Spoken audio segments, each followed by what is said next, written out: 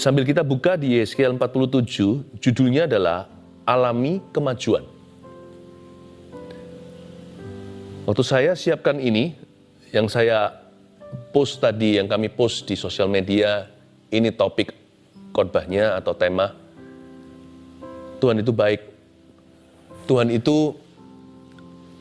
itu akan bekerja sesuai dengan iman kita. Dan saya bersyukur untuk penglihatan itu. Seperti ada sebuah keberanian, ada sebuah peneguhan bahwa Tuhan memang ada di sini untuk Anda dan saya, dan Tuhan ada di dalam pesan ini. Dan Tuhan akan bekerja dengan dahsyat dalam kehidupan Anda. Alami kemajuan. Ya. Kalau ada orang-orang di kanan kiri Anda, keluarga, katakanlah, coba beritahu sama orang di sebelah Anda, alami kemajuan, ayo maju di dalam Tuhan. Coba ngomong begitu. Ya. Yesaya 47 ayat 1-5 saya baca dulu.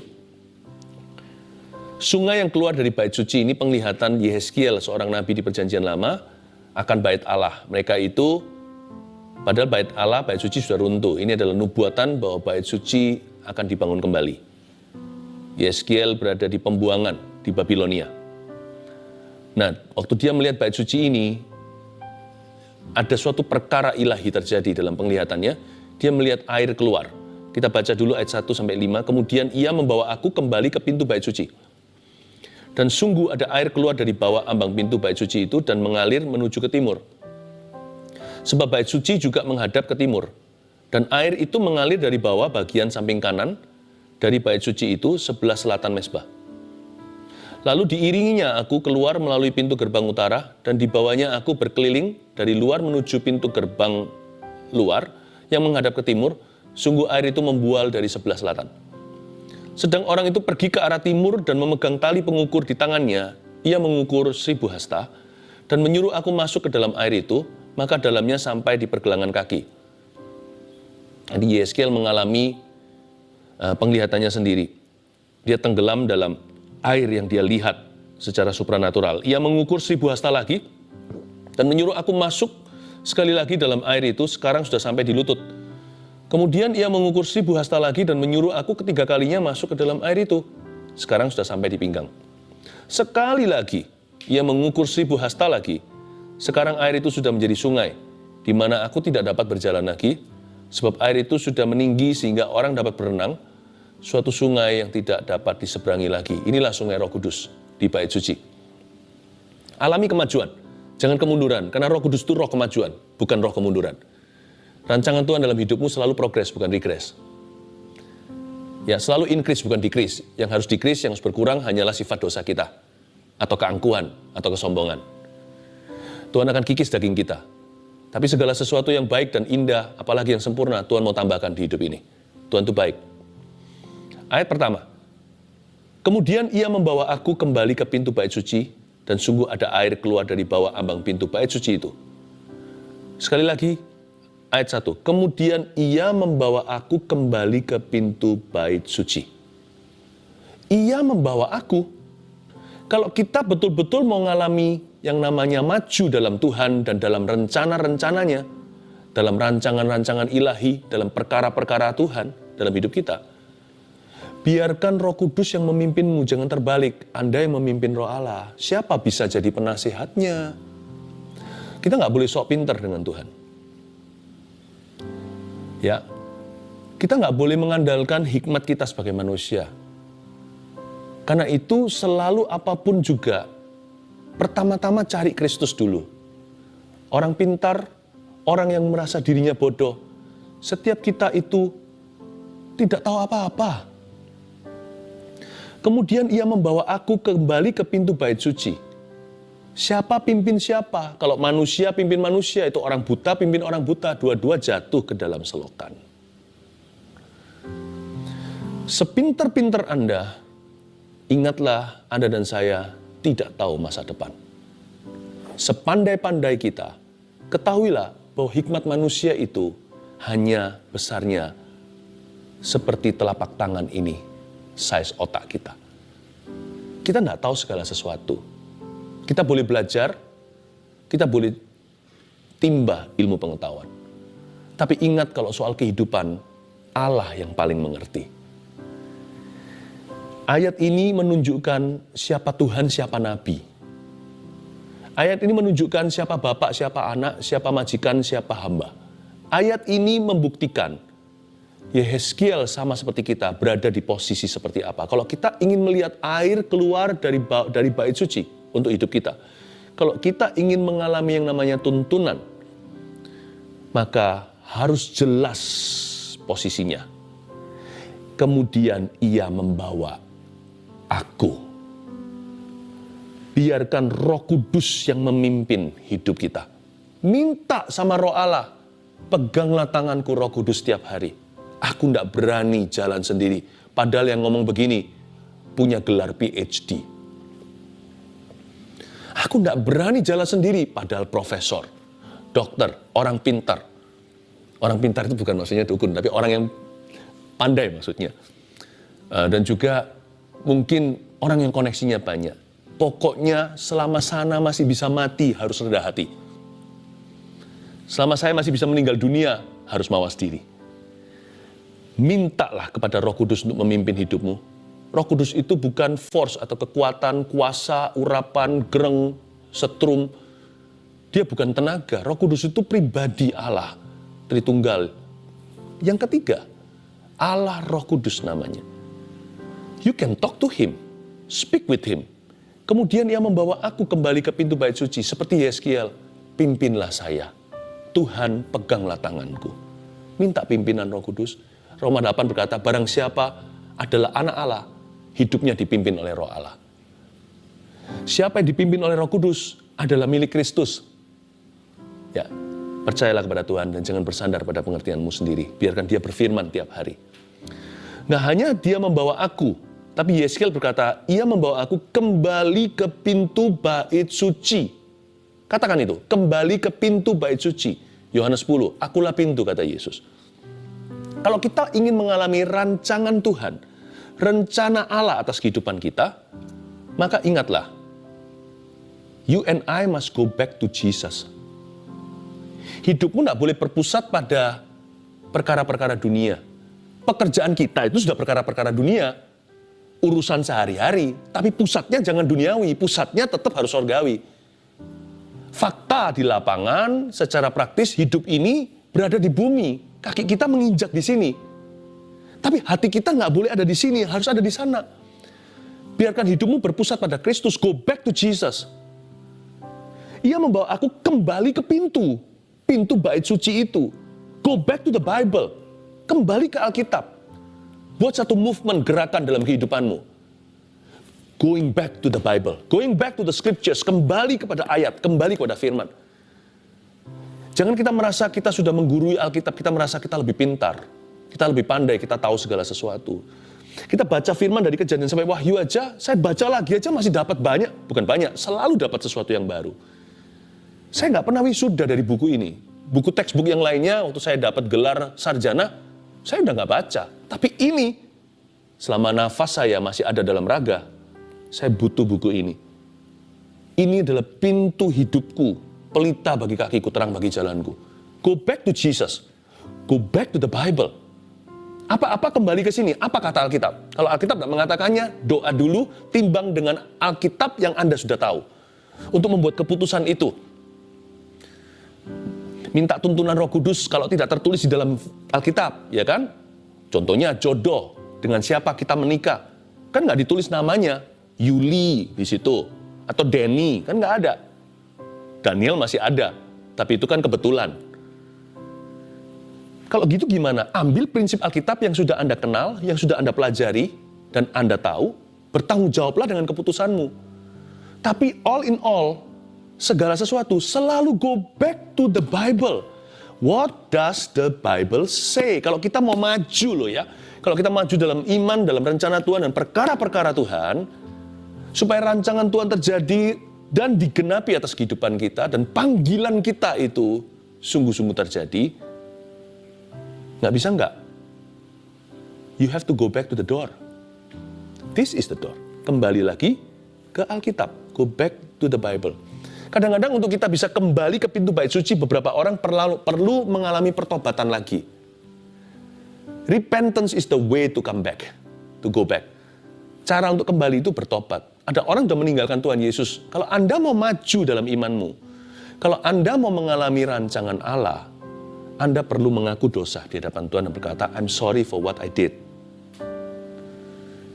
Bertobatlah, akuilah dosamu. Tuhan akan mengampunimu. Ya, kita perlu jalan maju itu kadang-kadang bukan jalan ke depan. Kadang-kadang ada orang yang mendahului Tuhan. Jalannya tersesat. Sekalipun ke depan tapi jalan yang salah. Dia maju aja sikat. Nggak peduli Tuhan bilang apa. Tuhan nggak peduli Alkitab kata apa. Dia nggak peduli Roh Kudus berkenan atau berduka. Dia nggak cari tuntunan. Sudah bukan lagi peganglah tanganku Roh Kudus. Roh Kudus, kau kutinggalkan. Sekarang pokoknya yang penting apa yang gua mau, apa yang saya inginkan. Yang penting kedagingan. Aku hidup oleh daging bukan oleh roh lagi. Kepada orang-orang yang demikian, jalan maju hanyalah jalan kembali. Dari jalan engkau murtad dan meninggalkan Tuhan. Dari jalan itu kau kembali. Kembalilah ke kasih mula-mula. Akui dosamu satu persatu yang Anda lakukan. Renouncing your sin. Ini renouncing itu seperti bukan menyangkali dosa-dosanya, tetapi seperti mengakui dosa-dosanya dan meninggalkannya.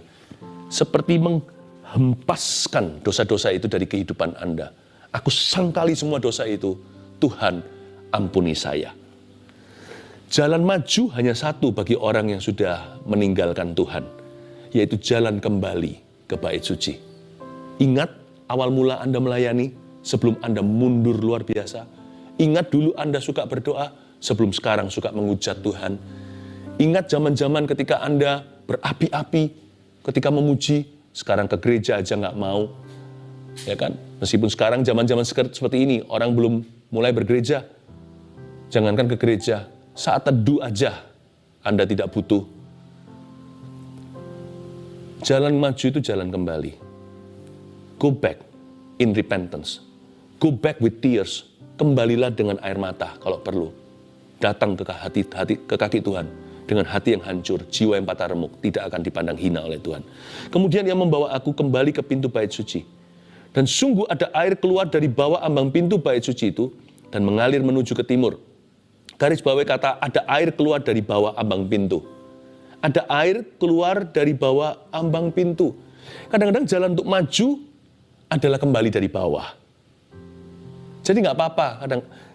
Sometimes Tuhan izinkan yang namanya setback dalam kehidupan kita. It's alright. Jadi jangan kita itu komplain atau mengeluh kalau kita harus mulai kecil lagi atau mulai baru. Maybe we have to start small again. We have to begin anew. Kita harus start simple. Asal kita start right. Asal kita memulai dengan benar. Beberapa di antara kita mengalami goncangan hari-hari ini. Ya. Dan kita mengeluh, aduh kita sudah, seolah-olah kita sudah, mainan apa itu ya, kita sudah susun semua naik ke atas gitu, tiba-tiba ada anak kecil jalan lewat, gak sengaja senggol adik kecil kita, rubuh semuanya. Mulai lagi dari bawah, itu kesel sekali hati.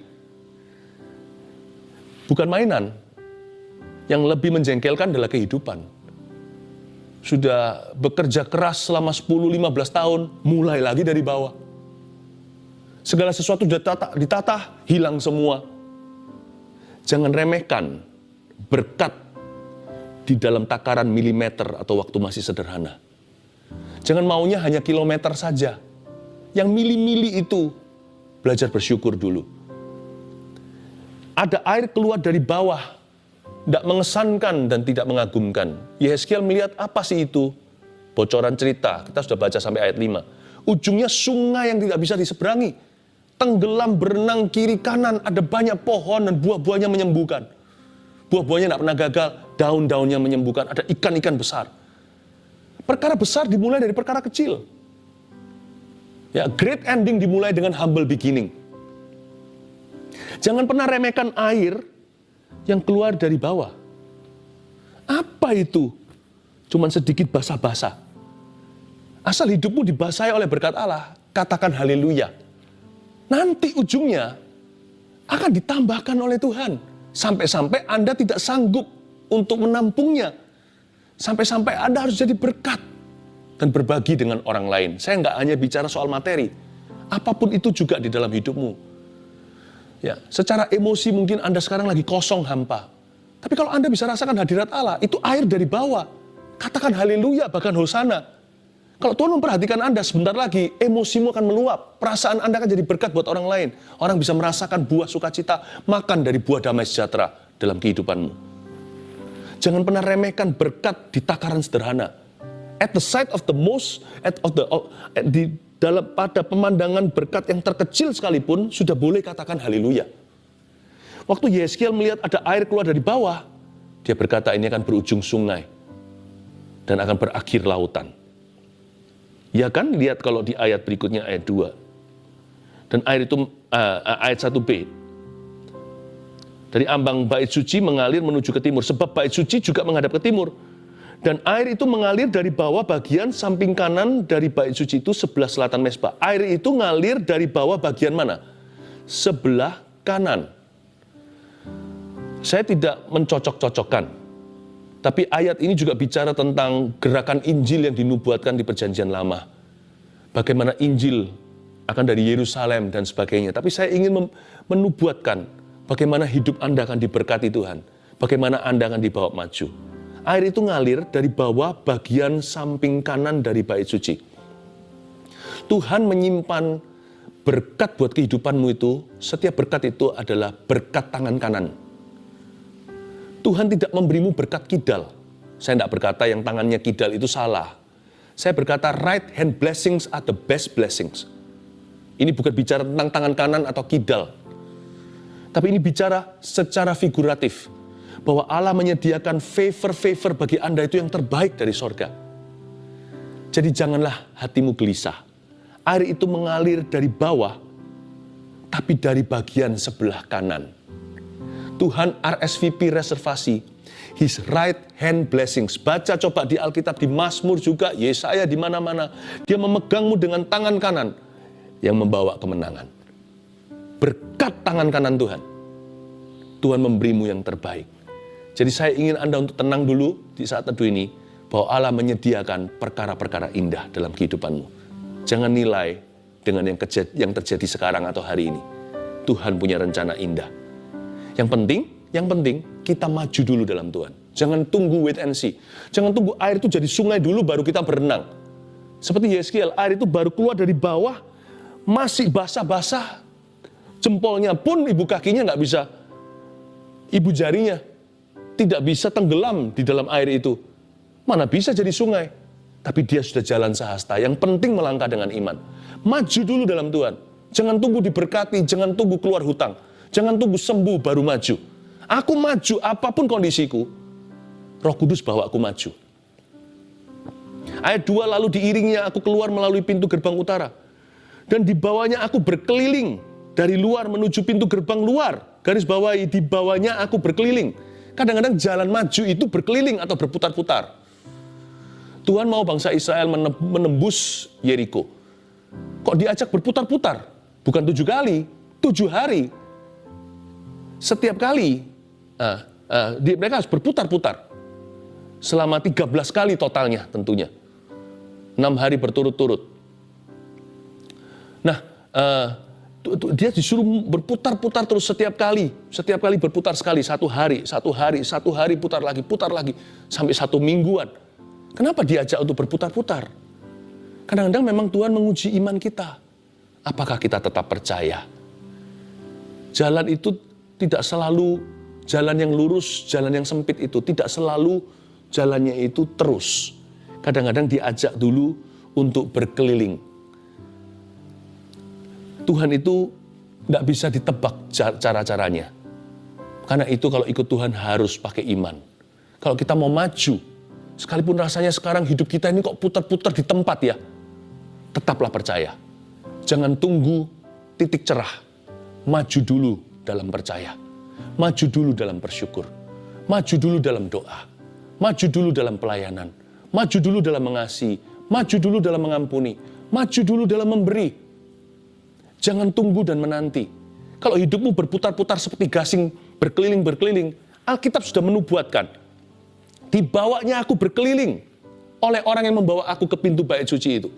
Tapi ujungnya Air itu akan membual dari sebelah selatan. Tuhan itu nggak pernah berutang sama siapa-siapa. Kalau kita mau taat sama Dia, Tuhan yang akan limpahkan rahmat-Nya.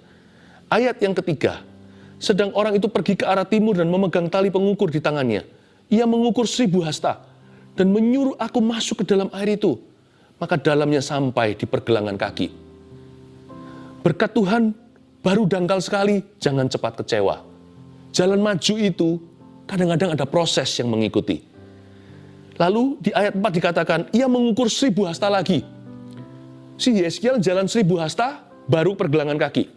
Lalu dia jalan lagi 1000 hasta, diulang-ulang berkali-kali. Lalu ada kata 1000 hasta lagi. Lalu ada kata sekali lagi dia berjalan 1000 hasta lagi. Ada kata lagi.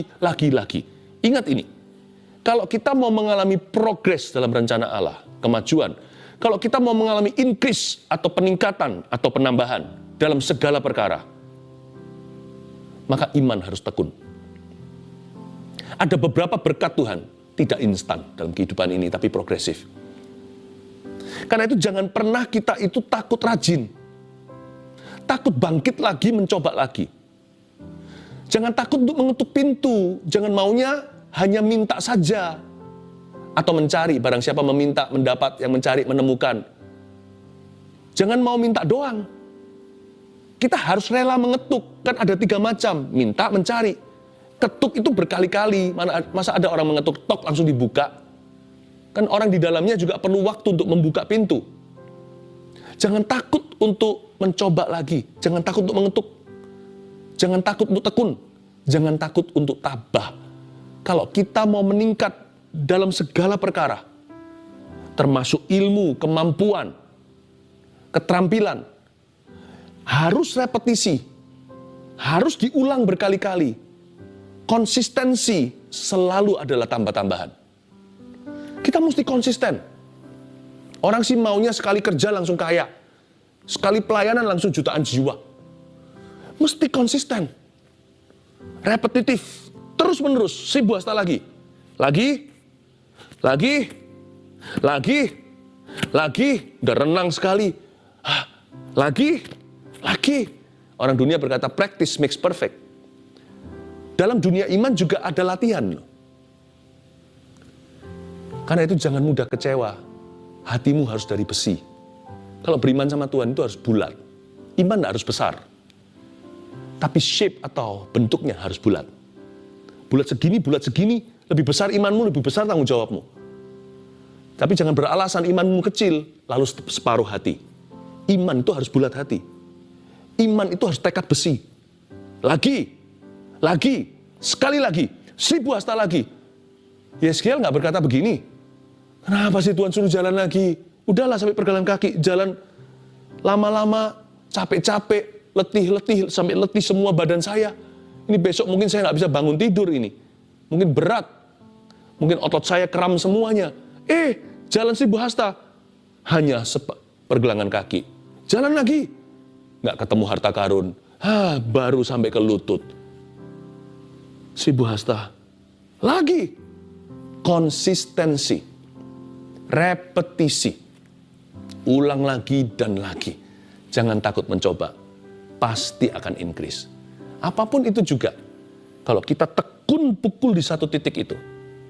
Saat teduh kita juga seperti ini. Tanpa terasa sudah puluhan kali. Hanya ingin memberkati 1-2 orang. Kita terus tekun di sini.